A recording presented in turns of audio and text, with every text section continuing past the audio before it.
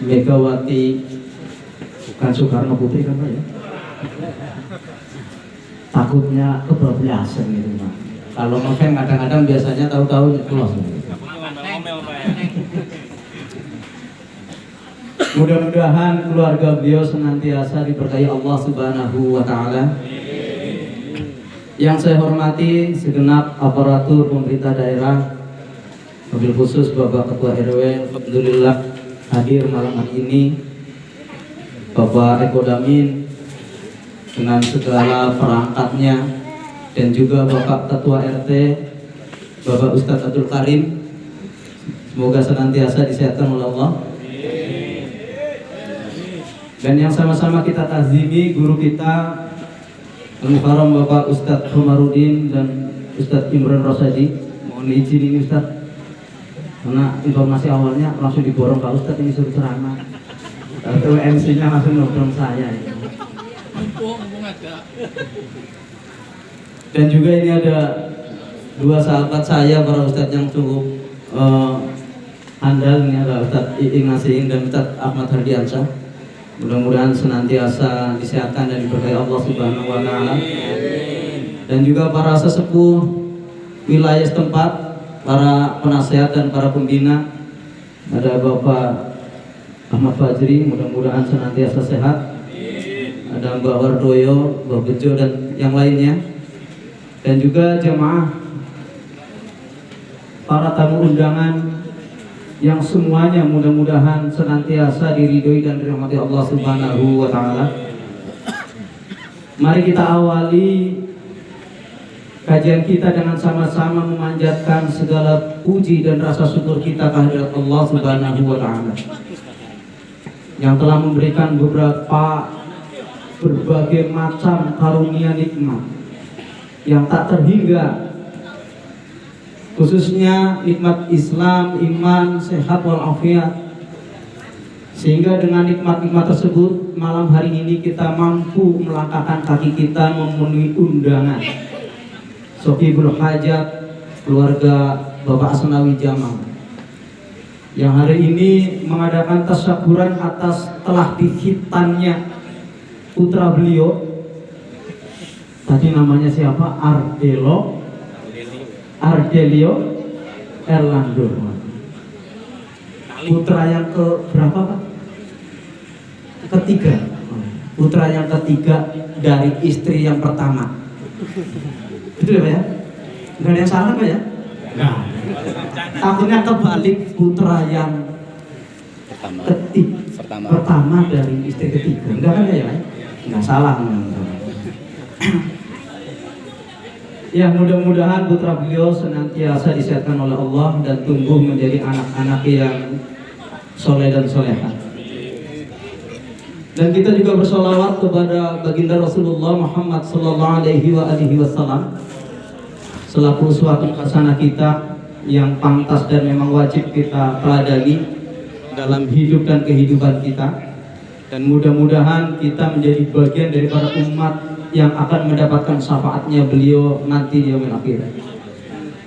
Bapak-bapak sekalian yang dirahmati Allah Subhanahu wa Ta'ala, karena saya dibatasin waktu yang tidak panjang Pak, sudah dibisikin sama tuan rumah jangan malam-malam Pak ya. Jadi saya percepat saja barangkali ya. Alasannya katanya karena malam Senin besok pada mau kerja kan gitu. Biasanya juga kalau habis ceramah tuh ceramah tamanya panjang gitu Pak. Jadi saya ambil jatah ramah tamahnya, gimana Pak ceramahnya? Kalau ngomong jangan panjang-panjang, kalau biasa ceramahnya maunya 3 jam, berarti ini ya cukup 2 jam gitu. Ya, beliau tadi pagi soal silaturahim ke rumah saya, ya cukup ya mengagetkan. Beliau minta kesediaannya saya sedikit memberikan nasihat sebagai bentuk daripada hakul muslim ala muslim, memberikan haknya seorang muslim atas muslim yang lain. Dan beliau minta memang ini temanya apa? Temanya khitan. Anak saya udah khitan. Jadi saya terus bingung nih. Waktunya pendek, ceritanya tentang khitan atau sunnah. Tadi guru kita menjelaskan histori sejarahnya khitan saja Nabi Allah Ibrahim usia 80 tahun. Nah, saya kalau mau menceritakan kisah Nabi Ibrahim dari 0 sampai 80 tahun ya panjang jadinya. Tapi kalau mau cerita tentang khitan, saya lihat ini bapak-bapak di sini udah khitan semua kayaknya. Kalaupun ada ibu-ibu yang ikut dengerin, ibu-ibu juga udah paham mana yang dari kita, mana yang belum kayak dengar. Jadi saya agak bingung ini. Jadi setidaknya begini, bahwa hari ini bahwa Bapak Asnawi Jamal telah memberikan salah satu haknya, hak anak, ya, memenuhi kewajiban untuk menerima haknya si anak.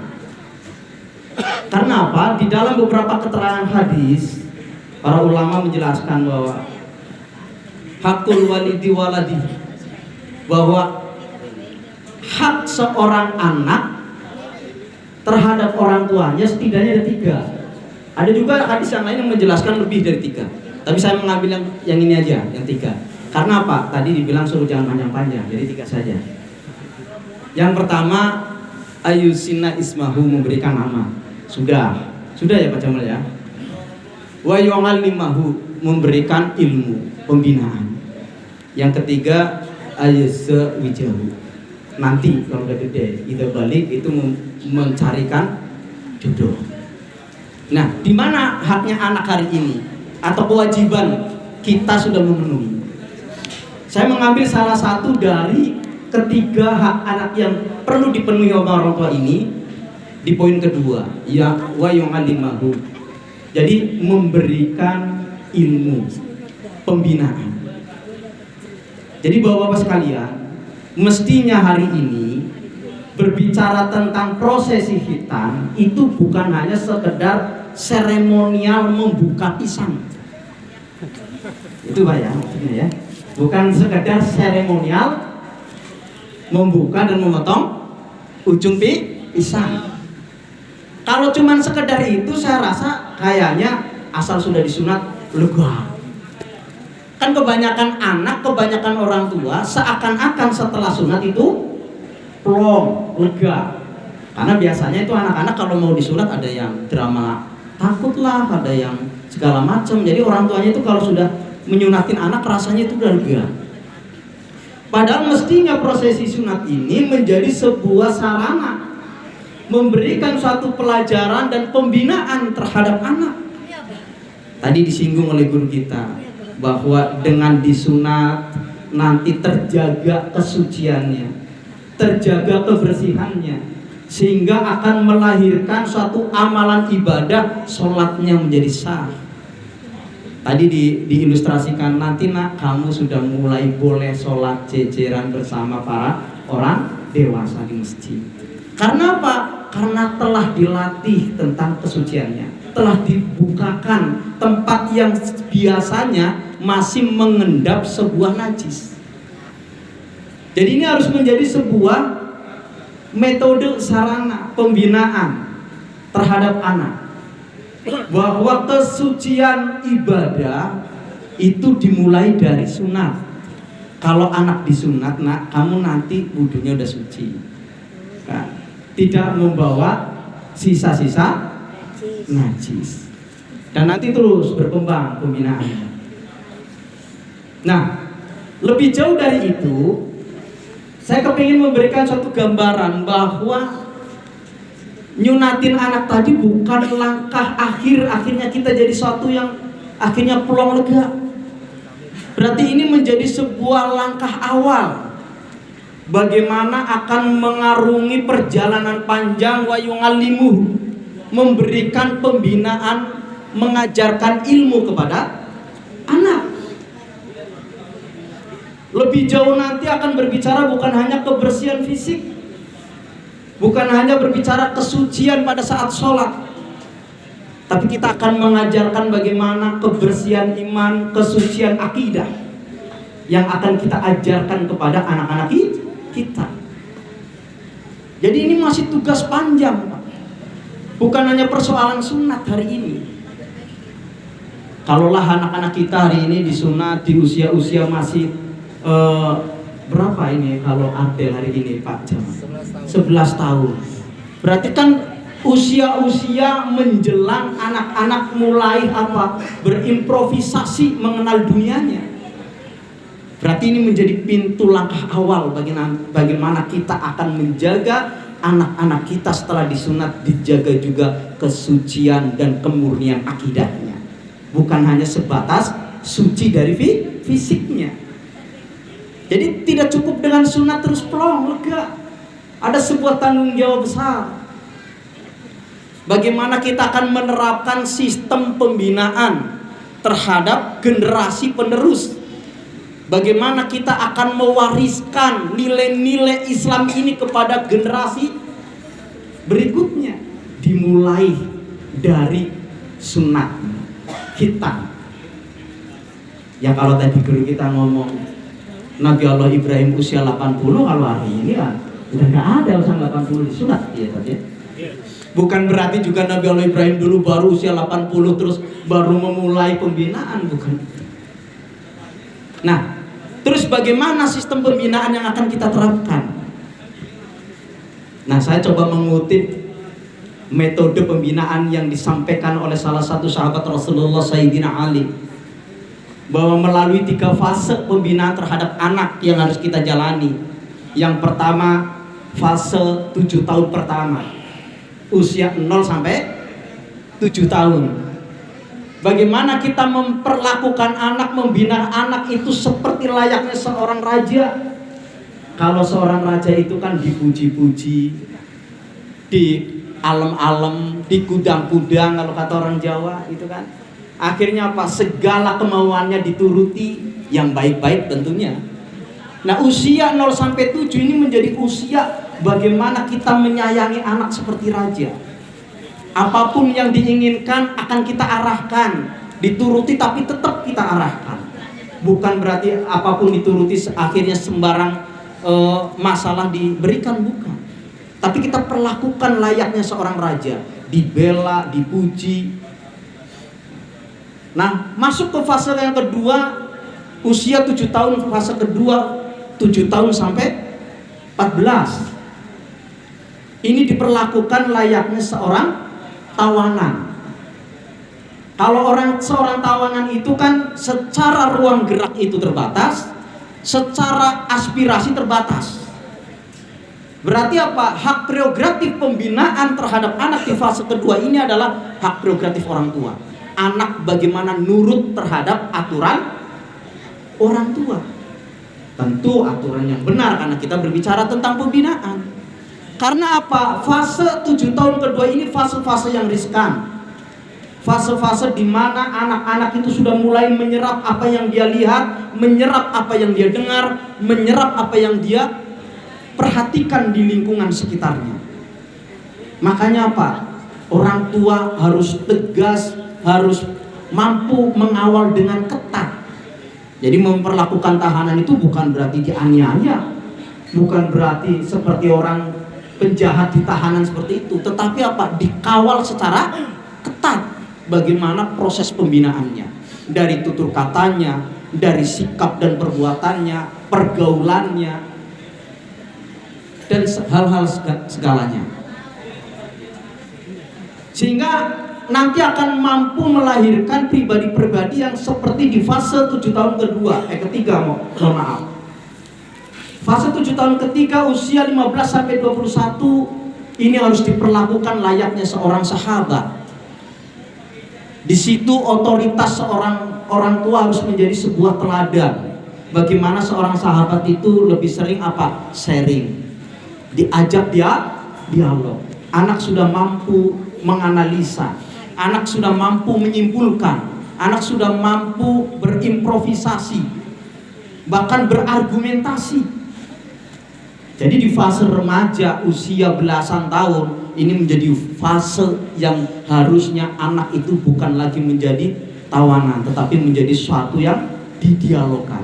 Apa yang akan dilakukan, apa yang menjadi cita-citanya, apa yang akan menjadi sebuah tujuan orientasi hidup, ini sudah harus didialogkan oleh orang tua.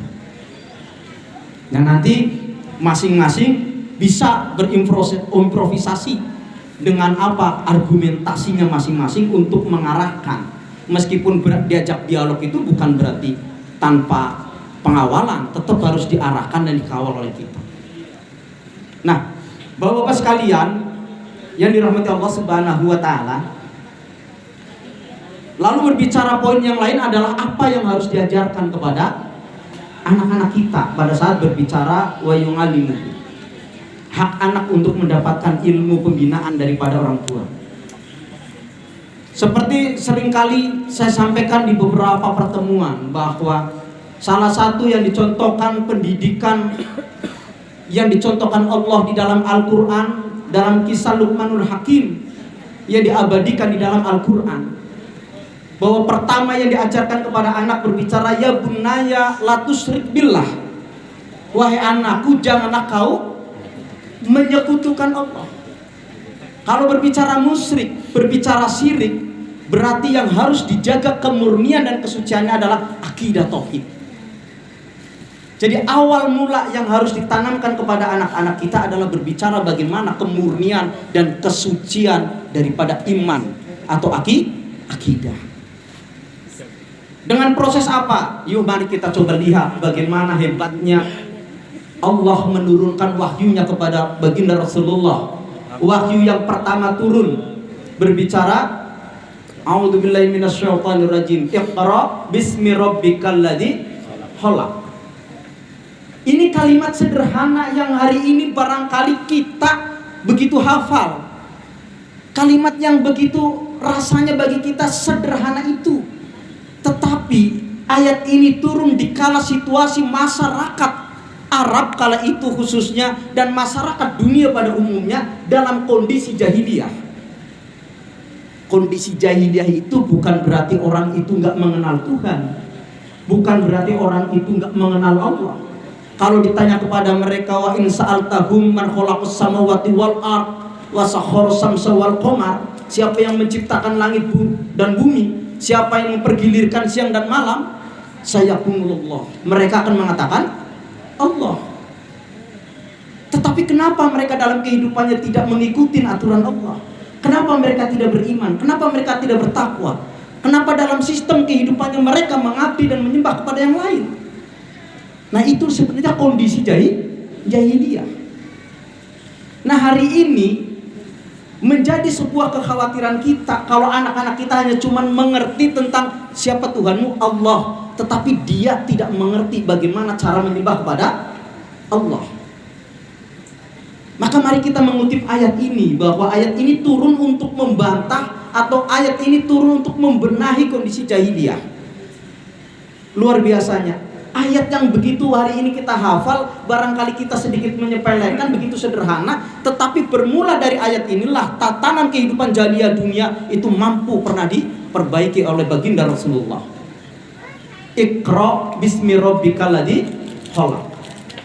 Ada 3 poin yang ingin saya coba ambil dari ayat ini. Pertama iqra, yang kedua rob, yang ketiga khaliq, khalaq.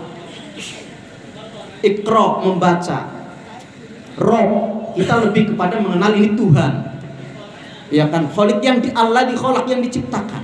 Jadi ada 3 aspek. Pertama berbicara iqra. Kenapa kalimat yang pertama turun iqra? Kita coba renungkan. Qara'a yaqri'u qira'atan, semada dengan qira'ah yang artinya membaca, mengkaji, meneliti, memahami, bahkan sampai kepada menyimpulkan dan mengamalkan. Iqra, qira'ah. Jadi kita diminta untuk apa? Belajar, mengkaji, meneliti, mengilmui. Dalam konsep qira'ah terdiri ada 3 aspek, namanya apa yang disebut dengan tafakur, berfikir. Ada dalam aspek tanzurun, melihat. Ada aspek tadabur, mengkaji. Jadi dalam proses mencari ilmu, menuntut ilmu atau qiraah itu dengan proses melihat, berfikir, melihat dan mengkaji. Karena ketiga hal inilah yang akan apa? Menjadi satu rekaman bagi anak-anak. Dengan melihat dia mestinya mampu berfikir. Dengan berfikir itulah mari kita kaji. Apa yang harus dilihat, apa yang harus dipikirkan, apa yang harus dikaji terkait dengan ismi Rabb yang akan kita kenali, yang akan kita kaji, Rabb, tentang Allah. Kita akan mengenali siapa itu Allah. Bagaimana cara mengenali Allah? Alladzi khalaq, yang dikenali adalah apa yang diciptakan. Karena Rasulullah SAW telah memberikan batasan orang-orang yang berqiraah, tafakkaru fi khalqillah wala tafakkaru fi dzatillah.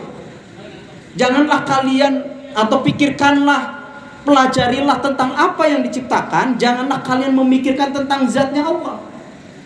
Jadi hari ini kita tidak punya kewajiban atau dilarang untuk apa? Berpikir, mengenali, memahami tentang Allah itu zatnya, bentuknya kayak apa, ada di mana, tahunya cuma ada di ars, arsnya seperti apa, bentuknya kayak apa. Itu dilarang kita membahas itu.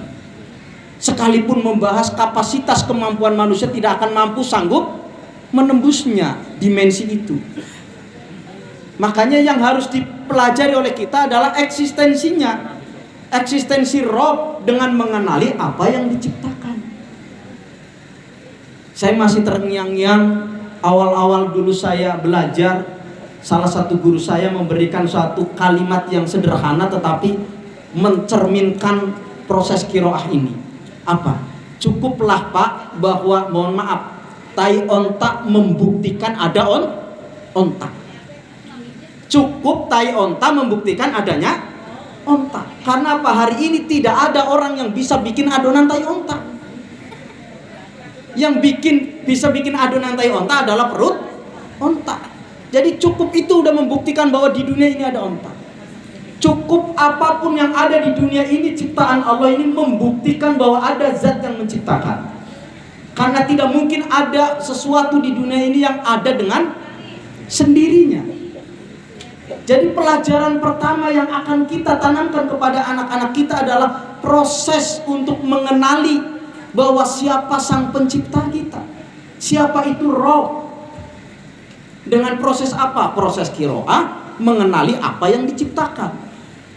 Dan yang diciptakan itu banyak di dunia ini. Makanya Allah jelaskan di dalam Al-Quran, sanurihim ayatina fil afaqi. Allah telah tampakkan ayat-ayat, Allah tampakkan penciptaannya di seluruh ufuk dunia. Wa fi anfusihim, dan pada diri kalian. Hatta yatabayana annahum haq. Ini semua sebagai tanda bukti bahwa Allah Rabb itu hak, benar. Artinya apa yang ada di alam semesta dan apa yang ada pada diri kita cukup untuk dipelajari, ditafakuri, tadi dipikirkan, dilihat, dikaji untuk mampu mengenal siapa itu Rabb. Maka saya persingkat saja, dalam proses mengenal Rabb disimpulkan pertama bahwa tidak ada makhluk yang ada dengan sendirinya. Berarti Allah itu Al-Khaliq, sang pencipta. Dan ini saya yakin tidak ada yang bisa membantah dan semua sepakat. Tapi bukan hanya sebatas mengenal dalam arti tahu, tetapi harus mengenal lebih jauh dengan proses Iqra ini. Bahwa kalau Allah yang menciptakan, pasti pula lah Allah yang mengurus, mengatur dan memelihara apa yang diciptakannya. Berarti yang mengurus kita, yang mengurus alam semesta, mengurus seluruh makhluknya adalah siapa? Allah. Maka Allah eksistensinya adalah Al-Mudabbir, yang mengatur, yang memelihara, yang mengurus. Konsekuensinya karena kita merasa dan meyakini Allah yang menciptakan, maka diri kita tidak bisa lepas dari ketergantungan kita kepada Sang Pencipta. Tidak bisa lepas dari kepengaturan dan kepengurusan Sang Pencipta. Berarti bentuknya apa? Siap diatur dan siap diurus oleh Sang Pencipta. Jadi kalau kita coba mengenal Allah yang menciptakan kita, tapi kita nggak mau diatur oleh aturan Allah, kita nggak mau diurus oleh pengaturannya Allah, kita sedang membangkang terhadap eksistensi Allah. Apa pengaturan Allah? Ya sama-sama sudah kita mafhum barangkali. Mana perintahnya kita jalankan, mana larangnya kita jauhi. Dan salah satu bentuk daripada pengaturan dan pengurusan Allah, Allah pula lah yang memberikan fasilitas hidup kepada makhluknya. Wabil khusus kita berbicara manusia. Makanya eksistensi Allah yang berikutnya adalah Ar-Razzaq, sebagai pemberi rizki. Maka dalam mencari rizki, menjemput rizki, mempergunakan rizki, kita tidak boleh keluar daripada pengaturan dan pengurusan Allah. Makanya Islam mengajarkan tentang apa? Cari rizki yang halalan, thayyibah, dan dipergunakan sesuai dengan syariat Islam. Karena itulah bentuk pengaturan Allah Subhanahu wa taala kepada manusia. Dan karena kita yakin bahwa Allah itu pemberi rizki, tidak ada satu rasa keterputusasaan. Orang yang beriman itu mau dikasih duit banyak, alhamdulillah. Dikasih duit tidak sedikit, alhamdulillah. Begitu ya? Sama tak? Oh sama ya. Jadi kita tidak ada keterputusasaan. Ya. Bukan persoalan rizki itu hanya sebatas berbicara harta duit. Mampukah kita menerjemahkan bahwa anak-anak kita hari ini mudah untuk beribadah, itu bagian daripada rizki? Mampukah kita menerjemahkan anak-anak kita hari ini mampu untuk sekolah, taklim, mengaji dengan mudah, itu bagian daripada rizki yang Allah berikan kepada kita? Lagi-lagi saya tekankan bahwa dalam proses mencari rizki berarti tidak boleh keluar dari pengaturan dan pengurusan aturan Allah. Maka akan menjadi ironis hari ini kalau ada orang pergi mencari rizki tapi meninggalkan kewajibannya terhadap sang pemberi rizki. Ada menjadi aneh. Sibuk kerja lupa ibadah kepada yang memberikan rizki. Jangan-jangan memang tidak melakukan suatu proses qiraah, memahami eksistensi siapa itu Roh. Dan yang berikutnya, yang terakhir barangkali, eksistensi Allah sebagai Al-Murabbi, Allah yang memberikan pendidikan dan pengajaran. Dalam menjalani hidup, setiap makhluknya, wabil khusus manusia, tidak ada yang tidak dididik oleh Allah Subhanahu wa taala. Manusia itu tidak bisa apapun, la haula wala quwata illa billah. Siapa yang mengajarkan kepada anak-anak kita, bayi yang tadinya cuma bisanya nangis jadi tengkurap, jadi merangkak, jadi berdiri, jadi berjalan, jadi mampu berucap dan sebagainya, semuanya Allah. Allah yang Al-Murabbi, yang membina, yang mendidik. Ilmu semuanya datangnya dari Allah Subhanahu wa taala. Maka konsekuensi orang yang memahami eksistensi Allah sebagai Rabb, berbicara tentang Allah yang mendidik, Allah yang memberi pelajaran, kita siap dididik, siap menuntut ilmu. Karena nonsen kalau kita itu ngomong mau berislam dengan benar, kalau kita tidak memiliki suatu metode aktivitas iqra, mengkaji, meneliti, memahami, atau tadi disebut tafakur, berpikir, tanzurun, melihat, tadabur, mengkaji. Bahasa terjemah sederhananya kita hari ini adalah menuntut ilmu. Makanya pengajian-pengajian, taklim-taklim yang ada itu harus dipertahankan. Bagaimana menjadi sebuah sarana untuk apa? Meningkatkan keyakinan, keimanan kita kepada Allah Subhanahu wa taala. Mudah-mudahan kita semua menjadi bagian orang-orang yang dipilih oleh Allah. Amin. Untuk mampu melaksanakan proses wa yu'allimu, memberikan pendidikan kepada anak-anak kita. Sebelum berbicara memberikan pendidikan kepada anak-anak kita, kita harus menjadi apa? Imam, cermin di depan anak-anak. Artinya apa? Kita menjadi orang-orang yang pertama melakukan itu dulu, baru kita akan mempraktekkan, mengajarkan kepada anak. Jadi Pak Jamal dan kita semuanya, khitan ini bukan langkah akhir. Khitan ini bukan suatu fase kita plong, lega, telah melaksanakan suatu kewajiban. Ini langkah awal untuk melaksanakan perjalanan kewajiban yang lebih panjang. Mudah-mudahan Allah senantiasa membimbing kita. Al-haqqu min rabbik wa la takunanna minal mumtarin. Assalamualaikum warahmatullahi wabarakatuh. Waalaikumsalam.